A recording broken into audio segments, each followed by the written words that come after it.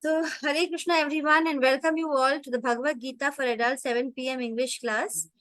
Today we are into the 10th day of the Bhagavad Gita, and we are doing chapter 10, which is a very important chapter again.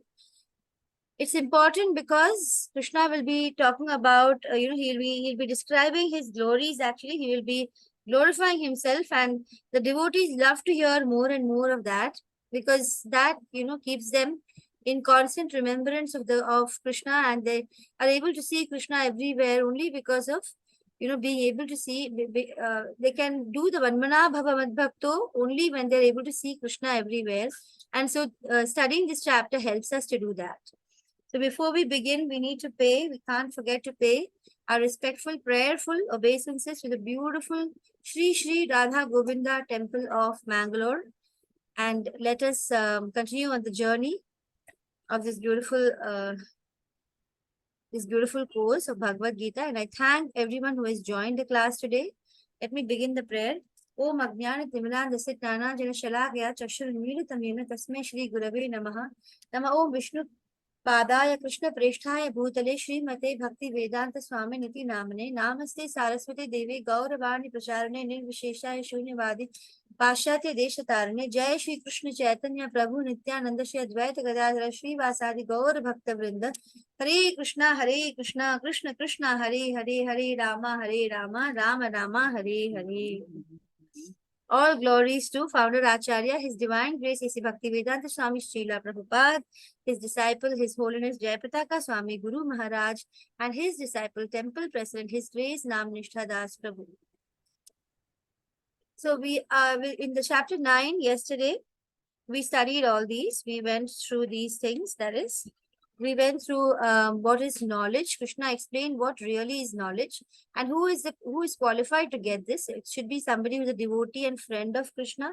And the nature of his knowledge is that it is a king of knowledge. It is joyful, everlasting, and it purifies all the sins. Any sins, it gets purified simply by knowing this. And then in the second part, Krishna talks about how inconceivable Krishna is, in his inconceivable qualities, his inconceivable creation, and nobody really knows him. Then Krishna explains of the kind of people who will neglect Krishna or who will not accept. He says that, he talks about those who are seeking quick results, and he talks about how Krishna's relationship is with the world. Then he talks about the glories of devotional service, and he talks about Patram Pushpam Phalam Toyam in the 9.26 verse, where he says how simple it is, but you just need to offer with love. And people may wonder, why is Krishna asking for Patram Pushpam Phalam Toyam? He's just asking it because, Krishna is transcendental. He doesn't need to come and eat it, Just with his eyes, he blesses the food when we pray and offer it with love. He accepts it. He says, I accept it. And then it gives us freedom from miseries and eternal life of happiness. So let's move on. Let's begin with the chapter 10 today, the Vibhuti Yoga, the opulence of the absolute. Vibhuti Yoga, chapter 10 describes about all the vibhutis or the opulences of the Lord. The Lord is he's the richest, and he is the most beautiful, he is the most famous, he is the most renounced. And what else? He's also the most famous, and he is the most knowledgeable. So he has all the bhagas. That's why we call him Bhagavan. We will learn in this chapter in order. We will learn that Krishna is unknowable and he's a source of everything from the verses 1 to 7. We will study about pure bhakti, that it is the essence of the Bhagavad Gita. That is, this essence of Gita is given in 4 verses. If you actually just understand these 4 verses, you get to know everything that you need to know in the Bhagavad Gita. Then you have Arjuna. After that, he accepts Krishna's supreme position, and Krishna will start describing his vibhuti, which helps us to see Krishna everywhere. So in the first verse, Krishna begins by saying, my dear friend, O mighty armed Arjuna, Shrunu me paramam vacha. He says, Shrunu me. Again he says, listen. Listen again to my supreme word, which I shall impart to you for your benefit, and which will give you great joy. So here in this picture, we can see it's Krishna's plan itself, that he is sleeping, and before the war, we have Duryodhana and Arjuna both come to seek the help of Krishna. And Krishna has offered, two options. He says, I can't give, I will help both of you, but one of you, I will be there personally, but I will not fight. I will not, actually fight in the war. I'll just be there. And on the other person can choose taking my entire army, can take my whole army. Materialistic people will think, what will I do with Krishna just standing over there? Nothing. I would rather take his whole army. So Krishna asks Arjuna, and then Duryodhana says, wait a minute, Krishna, I came here before. So actually, when Krishna was lying down here in the position, when he got up, his eyes had fallen on Arjuna. But then he says, okay, fine, Duryodhana, you go ahead and ask. And as he knew very well what he would ask, Duryodhana asked for the entire army of Krishna. They don't know that just Krishna, it's Krishna, where Krishna is, there is Lakshmi, where there is Krishna and Lakshmi, there is all, all opulences, all victory is on that side. Duryodhana is, so foolish, he doesn't know that. And Arjuna is very, very happy to have Krishna on his side because that is what the devotee wants. He knows that if the Lord is on your side, there is nothing else you require. So in 10.2 and 10.3, Krishna says, neither the hosts of demigods, all these, demigods or Suragana, nor the great sages, they know my origin. For in every aspect, why don't they know the origin? Because I am the source of all of them. I am the source of all the demigods and all the sages, but they don't really know my origin. For example, you may know your parents quite well. You may know a lot of things. They might have shared so many things, but you can never know everything. Your father, you would know even less about your grandfather. You would know even less about your great grandfather. So, Krishna is the Lord of the universe, the origin of everything, the source of all sources. So only as much as he chooses to reveal to us, we will know. Otherwise, we don't know. Nobody knows Krishna. He says, no one knows. No, the demigods don't know me. The great sages, after doing years and years of meditation, don't really know me. Why? Because I am the source. I am their source. How can they know me? So he says, he who knows me as the unborn, the only thing you need to know is that Krishna is the unborn one, the beginningless one. He is the supreme Lord of all the worlds, and he is undiluted among men.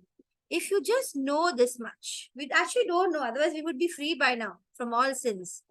So the problem is, we read this in Bhagavad Gita. I have been listening so many times, but really to internalize and understand that Krishna is the unborn, beginningless, supreme Lord of all the worlds. Once you know that, such a person is undiluted, and therefore he becomes free from all sins. Sarva pape pramuchyate, free from all sins. That's what, we are all striving for. We just need to, as you're chanting, we need to keep on telling that. Then Krishna is talking here very beautifully that, various qualities which are created by him. So he says, intelligence, knowledge, freedom from doubt and delusion, forgiveness, truthfulness, control of the senses, control of the mind, happiness and distress, birth, death, fear and fearlessness, non-violence, equanimity, satisfaction, austerity, charity, fame and infamy. These qualities are created by who? All the qualities are created by Krishna alone. It's only me, I have the one who created it. Krishna is telling us this. Agastya Muni, Atri Muni, Bharadwaja Muni, Gautam Muni, Jamadagni Muni, Vashishta Muni, and Vishwamitra Muni. All these rishis. And before that, Brahma's four sons, Sanaka, Sanatana, Sanandana, and Sanat Kumara. All of these, Krishna is saying that the seven great sages, and before them, the four other great sages, and the Manus, who are the progenitors of mankind, are all born out of my mind. Just Krishna doesn't have to do anything. He just has to, in his mind, he conceives them and there they are. And all creatures in these planets, everything descends from them thereafter. Then in 10.7, Krishna says, Etam vibhutim yogam cha mama yo veti tatvatah so vikalpena yogena yujyate natra samshayah. So what do we need to do? We need to simply know in truth the glory and power of Krishna. And when you know the true glory that he is everything, and you really know that, then you will automatically engage in unalloyed devotional service. Of this, there is no doubt. Why are we not engaged in unalloyed devotional service to Krishna? Because we have still desires. If we don't have any desire, no sense of proprietorship, unalloyed means no reason. There is no reason for us. We don't love Krishna. Oh, Krishna, I love you. You give me this, okay? You do that for me. We go with a big long list of I want this, I want that, I actually want this. Please, can you do this for me? So we go with this list so that, it's not unalloyed. When we reach a stage when we can go to Krishna in and we can be there in unalloyed devotion, we don't want anything from you. Only intention is to serve the Lord with love, no other business. Krishna, how can I serve you? Krishna, what do I do for you? Krishna, how do I make you happy? You are the Lord of the universe, you are everything. So this unalloyed devotion and a simple understanding, I know the truth, Krishna, you are so glorious. If you understand this simple truth, Krishna says that you will automatically start engaging in unalloyed devotional service. It will happen automatically. So, though inconceivable and unapproachable, yet Krishna can be bound by ropes of love. So, this Damodar month is going to come, and I told you one of the earlier classes also that how Yashoda, she is able to tie Krishna with the ropes, and that's why it's called Damodar. Actually, she initially can't, because no one can really tie. She struggles and struggles, and then every time the rope is short, she's tying him up because he's been very naughty. He dropped all the milk and curd everywhere because he was angry.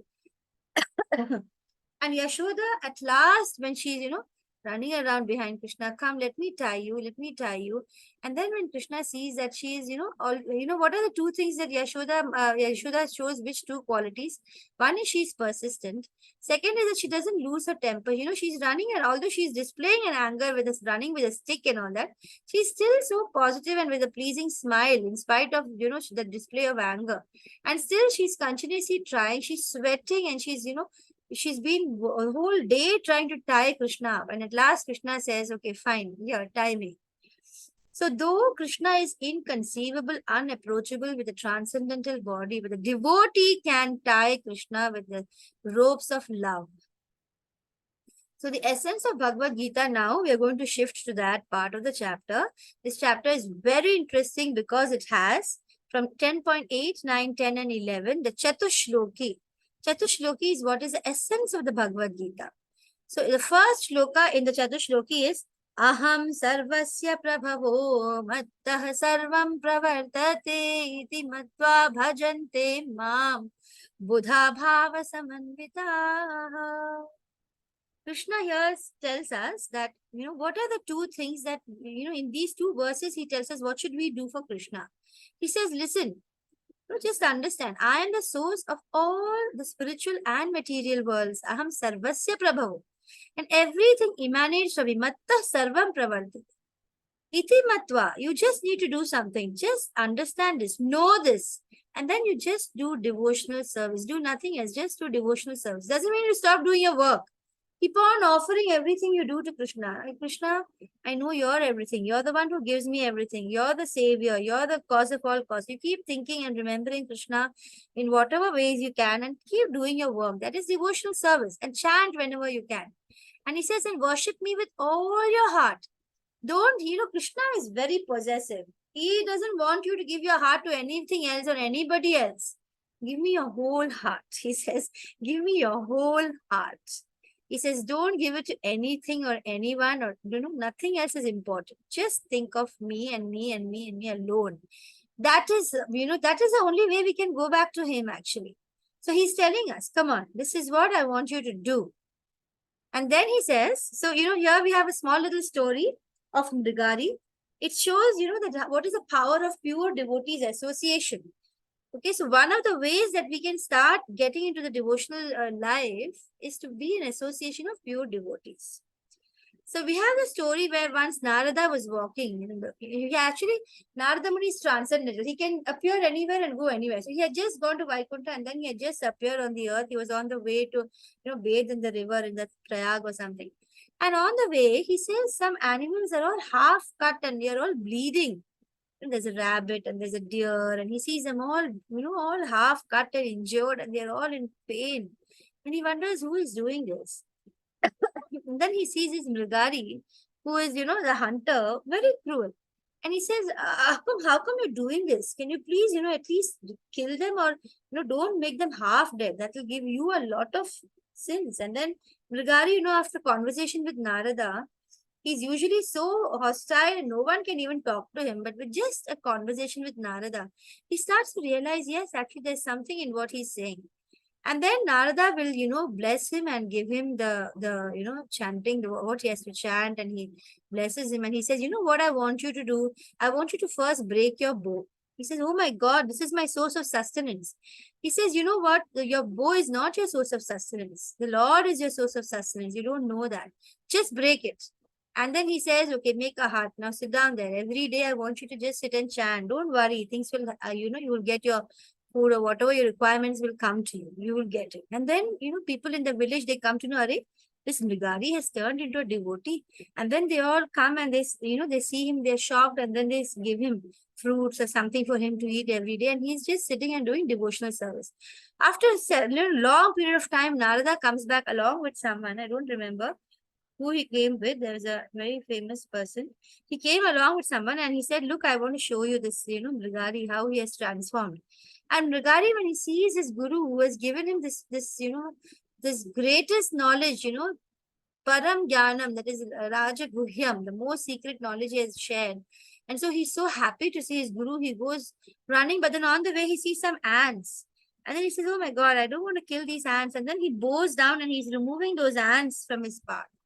And Narada was, shocked. He says, look, this is, see what is the power of the holy name. Just by chanting, a person who used to just leave animals half dead is now so careful. He doesn't even want to kill ants. So this was a beautiful story of, how power of association of devotees is so strong. It can transform you. So please try your best to seek association of devotees. Sadhu Sangha, Sarva Shastre Kaya, Lava Matra Sadhu Sangha, Sarva Siddha Haya. This is Bengali, I think. The verdict of all revealed scriptures is that by even a moment's association with a pure devotee, you can attain success. See, it's like how the just pieces of iron nail get transformed to magnet.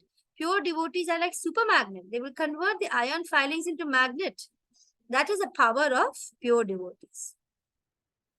So now we are going to be seeing the Chatushloki. We are continuing there next verse. Let's go to the next verse. So I finished this one. Aham sarvasya prabhavo matta sarvam pravartiti matva bhajantevam buddha bhava samanvita. We finished that one. Now let's come to the second verse. The second verse is of the Chatushloki says, Machita madgata prana bodhayantah parasparam kathayantascha mam nityam dushyanti cha ramanti cha. So Krishna says, now what else should you do? First you accept that I am the person who is everything, I am the origin and everything, and then you do devotional service. You only think of me, you give me all your love, and give me all your heart. And then what should you do? The thoughts of pure devotees dwell in me. Their lives are surrender your life to Krishna. And then when they do that, they derive great satisfaction and bliss. So from here on, Krishna starts saying, what will you get when you do that? You will derive great satisfaction and bliss. But what should you do for that? You should constantly enlighten each other talking about Krishna. So he's saying that, like how we are doing right now. Few of you are here in the class today because you like to hear about Krishna. You could have done so many other things. You could have just, it's evening, you can just watch the TV, the war news is happening. Maybe you're a sports lover. Maybe you can just, do anything else that you like. But you have come here in this class. Why? Because you enjoy just listening about Krishna. You just want to listen. So what do great devotees do? They just derive great satisfaction and bliss simply in enlightening one another and conversing about me. So that's about the devotional, the association I was talking about. Here we have a small video of how, Prabhupada has, the association of Prabhupada converted millions of people across the world. He converted. He made them all devotees. Hare Krishna, Hare Krishna, Krishna Krishna, Hare Hare, Hare Rama, Hare Rama, Rama Rama.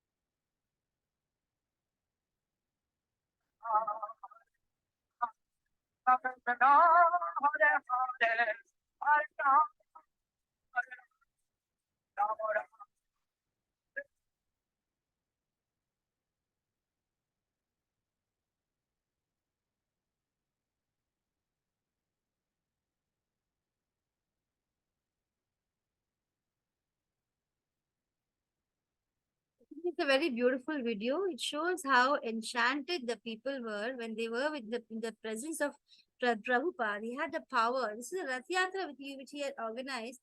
Along the streets he was going and he was conducting his Rath Yatra and doing such a lot of kirtan.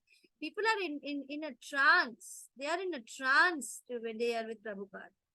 So here we can see, we can always know what a person is all about based on their company and the field of activities, right? So, for example, crows, you will find them, they'll always be near the garbage yards. Whereas swans, you will never find them there. They will always be near a serene lake. So, your company that you keep will show what kind of a person you are. So, keep company of devotees. Non-devotees will definitely, lead you to think of the materialistic things. And so, if you keep the company of devotees, you can talk about them, about Krishna. Others won't even want to listen. Now, in the next two verses of Chaturshloki, Krishna says, you know what I will give you when you become like this, when you become fully devoted to me, what will I give you? He says, Tesham satata yukta nam bhajatam priti purvakam dadami buddhi yogam tam yena mamapayanti te. He says, when you become constantly devoted like this to me and you worship me with all your heart and you give me all your love, what will I give you? I will give you the understanding. God will give us a knowledge and understanding and intelligence by which they can come to me.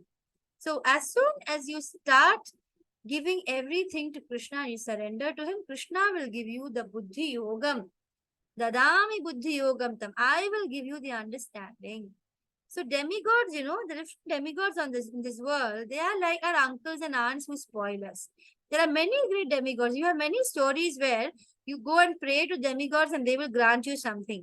But they are really not knowing what is, really good for you. They will give you whatever you ask because they want to please you.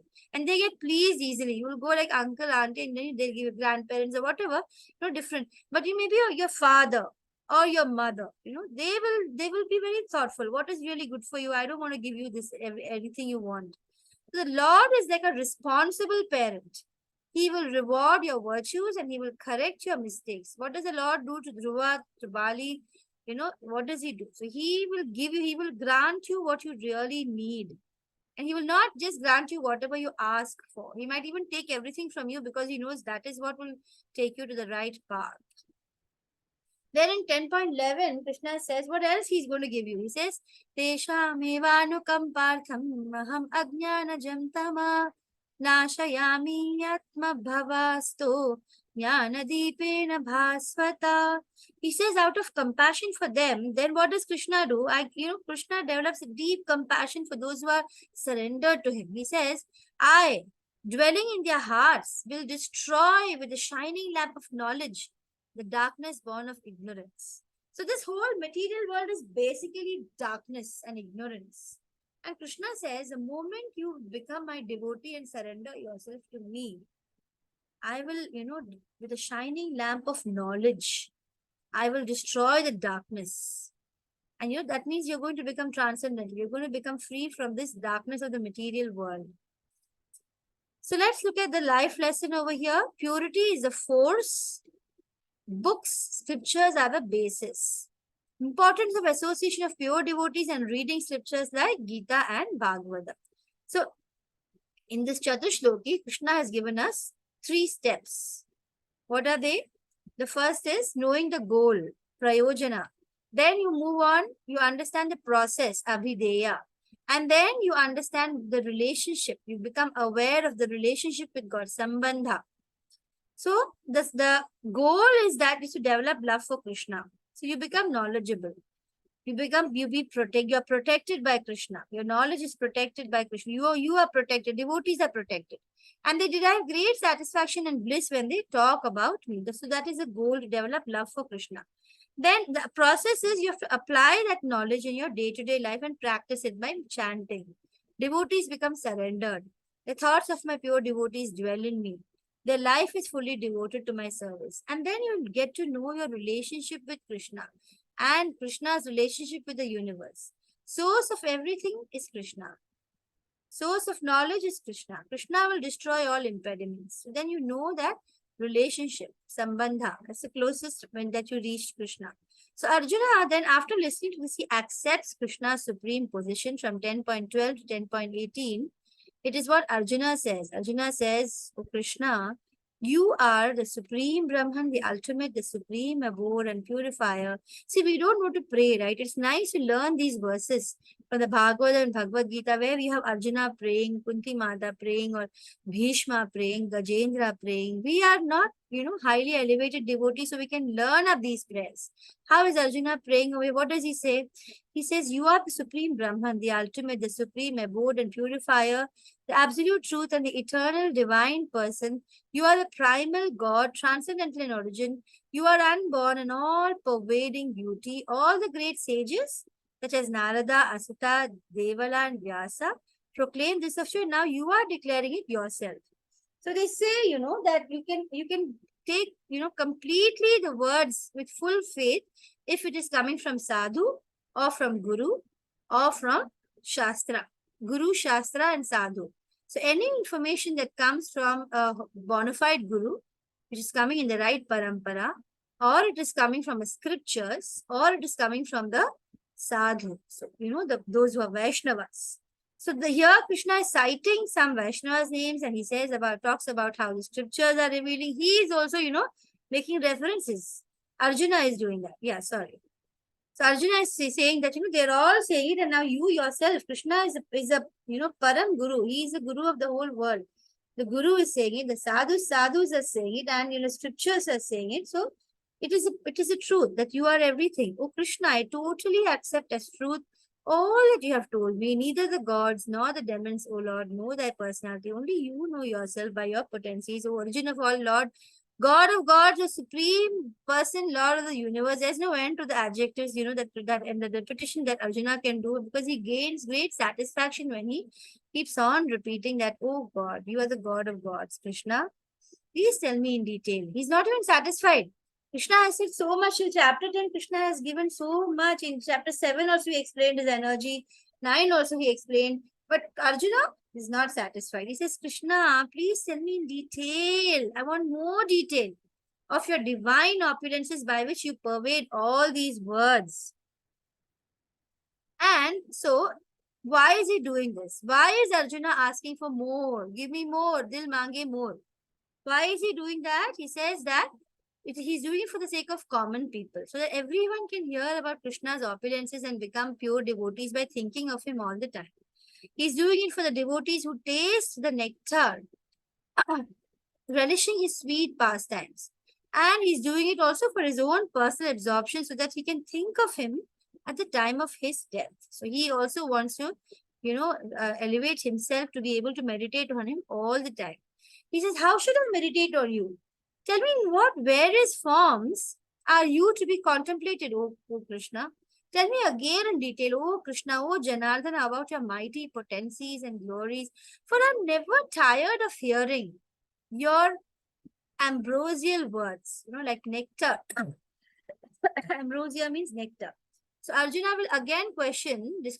Tell me about your opulence. Tell me how I can think of you and how I shall know you. So, what happens is, whom do you remember when you see these things? Suppose you're seeing this picture, this painting, famous painting, or you see this painting, or this painting, or you see E is equal to MC square, or you see the zero, right?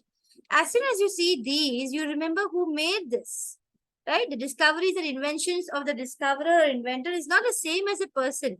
You'll not say, okay, Leonardo, the first painting is Mona Lisa. You'll not say Mona Lisa is Leonardo da Vinci. You know that this Mona Lisa, when you see, you know that Leonardo da Vinci has painted this. Michelangelo has painted this painting. Van Gogh has painted that. Aryabhatta gave us a zero. Einstein gave us E is equal to MC square. So these are, the different creations of these different people. Actually, everything is God only. But I'm just telling you to understand. Similarly, the God has many, many operations. He is a creator. But he's not that opulence himself. He says, I am the best among the best. And he describes it, but he's actually describing his energies and opulences. And he's actually the creator of everything. So in this chapter, because Arjuna will request him, please tell me more about you. Because he loves him. And Krishna therefore starts telling him, okay, I cannot possibly tell you everything. I can tell you a small, minute fraction of my opulences. So he says, yes, I will tell you of my splendorous manifestations, but only the prominent ones, O Arjuna, because my opulence is limitless. And ultimately, all you need to do is see Krishna everywhere. So glimpses of fragment of Krishna's glory. He gives a glimpse, a fragment of Krishna's glories, because Krishna is the essence of everything. Now let's quickly look at the different opulences Krishna will mention. Of all the Adityas, I am Vishnu. Of the light, I am the radiant sun. Of Maruts and Marichi. Among the stars, I am the moon. Of all the Rudras, I am Shiva. Of Yakshas and Rakshasas, I am the Lord of wealth, Kuvera. Of the Vasus, I am fire, Agni. And of the mountains, I am Meru. And then he says, I am of the priests, know me to be the chief Brihaspati. Of the generals, I am Kartikeya. And of bodies of water, I am the ocean. Among great sages, I am Bhrigu. Among vibrations, I am Om. Of sacrifices, I am chanting of holy names, Japa. This is very important for us. Krishna says, that among all sacrifices, the most important is Japa. That's why he says that I am the chanting of Japa among all sacrifices. That's why we need to start doing the japa. That is why Srila Prabhupada keeps on insisting japa, do japa meditation. Just sit and do your japa. And he says that of all immovable things, I am the Himalayas. Of the trees and the banyan tree, of the sages and the demigods, among the demigods, I am Narada. Among Gandharvas, I am Chitraratha. Among perfected beings, I am Kapila. So there are stories behind all this. If you're really fond of knowing more, the Bhagavatam has many stories, all the stories. Of weapons, I am the thunderbolt. Among cows, I am Surabhi. Of causes of procreation, I am Kandarpa, and the Lord of love, Kandarpa. And of serpents, I am Vasuki. Among the many hooded Nagas, I am Ananta. Among aquatics, I am Varuna. Among departed ancestors, I am Aryama. Among dispensers of law, I am Yama. So, Arjuna wants to keep listening, so he's really relishing all this and, he's seeing Krishna everywhere. Among the Daitya demons, I am the devoted Prahlada. Among subduers of time, I am the subduers. Among subduers, I am time. Among beasts, I am the lion. Among birds, I am Garuda. Of all the creations, I am the beginning and the end and the middle also, Arjuna. And of all sciences, I am spiritual science of the self. There are so many sciences, physics, chemistry, bio, this, that. But all those sciences, most superior science is spiritual science of the self. And among logicians, Krishna says, I am the conclusive truth. And then he says, among letters, I am the letter A. Among compound words, I am the dual compound. I am also the inexhaustible time. And of creators, I am Brahma. I am all devouring death. I am the generating principle of all that is yet to be. I am among women. So this is really important. Krishna says that among women, I am fame, fortune, fine speech, memory, intelligence, steadfastness, and patience. So these qualities are attributed to women as per Krishna's verse here. And we see of the hymns in the Sama Veda, I am Brihat Sama, and of poetry, I am Gayatri. Months, among months, Margashirsha, November, December, and of seasons and the flower bearing spring. I'm also the gambling of chiefs. For everything, Krishna is like the top. And of the splendid and the splendor and the victory and the adventure and the strength of the strong. Among descendants of Rishni, I am Vasudeva. Among Pandavas, among the five Pandavas, I am Arjuna. Of the sages, I am Vyasa. And among great thinkers, I am Ushana. So among all means of suppressing lawlessness, I am punishment. In the Bhagavatam, there are, a description of punishment for every crime that we do. And then Krishna says, among those who seek victory, I am morality. Of secret things, I am silence. And of the wise, I am wisdom. Among all means of suppressing lawlessness, yeah, we read this one. So he has given a whole long list. Krishna has described his opulences. So you know why? Because any time we see anything good, we need not feel envious because we know that this is Krishna. The ability of everyone, the strength of everyone comes from Krishna. And anything that is glorious around us, which is splendorous around us, is Krishna. So Krishna is basically, his energies, his opulences are there everywhere. And we cannot escape them. So we have gone through most of these, maybe all also. We may have missed out some, but that is, basically everything in these slides. So will you ever play? Now you know who Krishna is, right? You know who Krishna is. He is the father of everything and everyone. Suppose there's a rich and powerful father's son. Will you play around and, try to make fun of him or something? Will you play around with him? No, right? So now that you know that Krishna is everybody's father, will you mess around with anyone? No, because everyone belongs to Krishna and Krishna is the Lord of the universe. Don't mess with Krishna's creation. Everything is Krishna's creation. You better don't mess because he's the Lord of the universe and the all-powerful. Furthermore, O Arjuna, Krishna says, I am the generating seed. There is no being moving or unmoving that can exist without me. We are all the children of Krishna. Krishna has, created all of us. We all come from Krishna. O mighty conqueror of enemies, there is no end to my divine manifestations. What I have spoken to you is but a mere indication of my infinite opulences. In 10.41, Krishna says, know that all beautiful, glorious, mighty creations spring from but a spark of my splendor. And then Krishna says that in 10.42, but what need is there, Arjuna? Why do you want to know so much? Why do you want to know? With a single fragment of myself, I am pervading and supporting the entire universe. So there's no point in knowing, to go on more detail than this. I have already told you that I am the source of everything.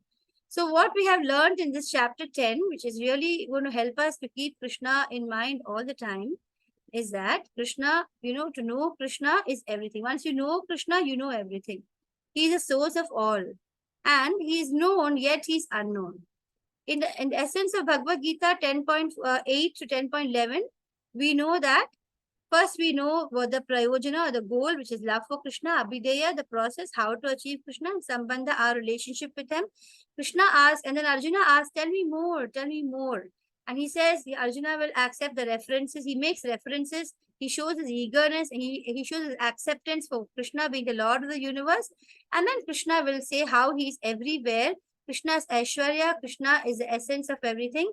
He will share that. Today we finished the class really early actually. But if you have any doubts or you want to discuss something, we can go ahead. Vancha kalpatarubhyasya kripa sindhubhya eva cha patitanam pavanebhyo vaishnavebhyo namo namaha. Does anybody have something to share? Hare Krishna. In chapter 9, quiz, there's a question on which of the following Vishnus enter into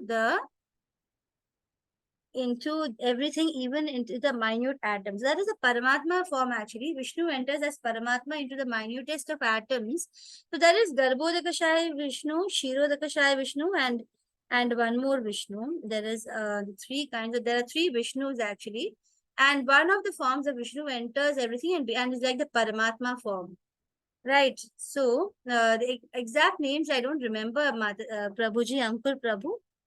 I'll just check on that. In fact, if you go through the quiz, you would have got the right answer after that. No, I think one of the things I was facing was I selected Karunadakshay Vishnu. Karanodakshay Vishnu. Sorry, I selected I selected Kishore Dakshai Vishnu, Shiro and Dakshay Vishnu. even in the book it is the same. So in the book the answer is Kishore Dakshai Vishnu, but in the quiz it is saying it is wrong, and it Is is saying it? Karuna Dakshai Vishnu. Okay. I'll check on that and get back to you, Prabhuji. Thanks for letting me know. So in you said it is Okay, thank you Shiro very much. Dakshay Vishnu, but in the they are saying it is Karno Dakshay Vishnu.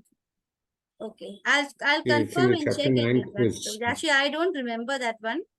I had also done this quiz. I had also studied all this, but I have forgotten now. Karno Dakshai, Shiro Dakshai, Okay. and Garbho Dakshai. One of them, each one comes from the, first one comes, then from that another and the other. So, but I don't remember the exact order, Prabhuji. I'm sorry about it. I'll definitely No confirm problems, it no here. problems. Yeah. Is there a deadline? No Thank you. deadline, Preeti Mataji. There is no deadline, but it's better that by the time you reach 18 days, at least within another 1 or 2 days, you can finish off the quizzes and get your certificate so that you can start off on your level 2 study, which happens only on weekends. A little deeper, deeper study will happen of the Bhagavad Gita. Cheers. Thank you. Yeah.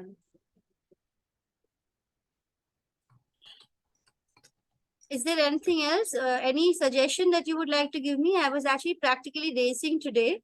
I thought the chapter has got, so many things. So let me, move fast, but we finished a little early. Tomorrow is chapter 11. Now, this chapter 10 is the best according to Uncle Prabhu. That's nice. Yeah, chapter 10 is really nice. You can keep on meditating upon it and, you can feel, okay, Krishna is like Yama. Krishna is so many things, that, you can keep on. It's never ending. I also like chapter 7 where he says, Rasopyam, what is that? I am the taste of water. And then I keep trying to remember, okay, whenever I drink water, let me remember, like, whenever I go out of the house and look at the sky, when I see the sun and the moon, let me remember, Krishna, that's you. Because, that's the only way in this particular material body, we are fully, conditioned. That's the only way. Yeah, very nice, Uncle Prabhu. I'm so grateful that you liked it. I hope I wasn't too fast and that I did some justice to it. And I once more ask for forgiveness for, any errors I have made. Yes, Krishna's glory surround us in everything. And it's actually so relieving when you're able to remember Krishna all the time. The moment we forget, we get embroiled in these material things which are so disturbing. So disturbing. But the moment you're able to remember Krishna and think about his opulences and think about what the Gita is telling us and the love letter that Krishna has written so fondly, and he's asking us, he's telling us, he's a Dukhalayam, come back. I mean, I just love that, I never get tired of listening to the classes. I love to listen to classes of several, these different ISKCON devotees give such beautiful classes. And also ISKCON Mangalore classes I'm still doing. I still do the 6 a.m. morning class. And I'm also doing my Bhakti Shastri and never tired of listening. It's just so enchanting and it just keeps you in happiness. You feel very happy talking about Krishna, listening about him. Tomorrow we'll be doing chapter 11. Please, all of you, please join me tomorrow as well. So we will be doing where Krishna will show his universal form. We will understand why he's showing it. I think many of you have already been listening to this, but we all like to speak about it and listen again. So we will see about Krishna showing his universal form tomorrow. How Arjuna, this chapter 10 is like the theory. Krishna is saying, I am this, I am that. He's just doing theory. And then Arjuna says, fine, you have given me all these, very theoretical things. You're this, you're that. Can you please show it to me in practical?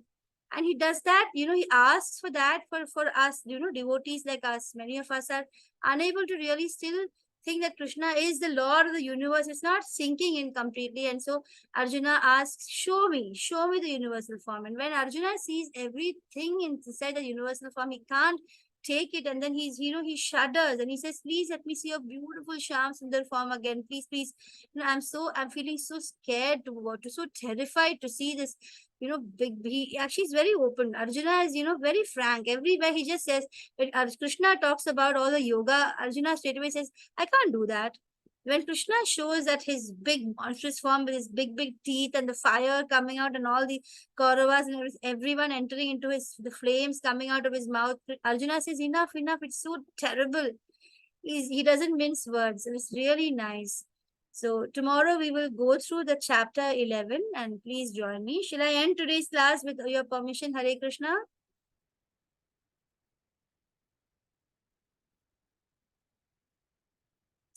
Hare Krishna. Okay, so I'll end the class today. Tomorrow is actually there. Thank you, Preeti Mataji. Tomorrow is a particularly long chapter. Chapter 11 is really long. So 6:30 we'll start chanting, and maybe the shloka I'll try to finish it. Exactly by in half an hour we'll try to finish reading it a little faster. And it's a long chapter. Chapter 11 is very long. Hare Krishna. Thank you so much. Hare Krishna. Hare Krishna. Thank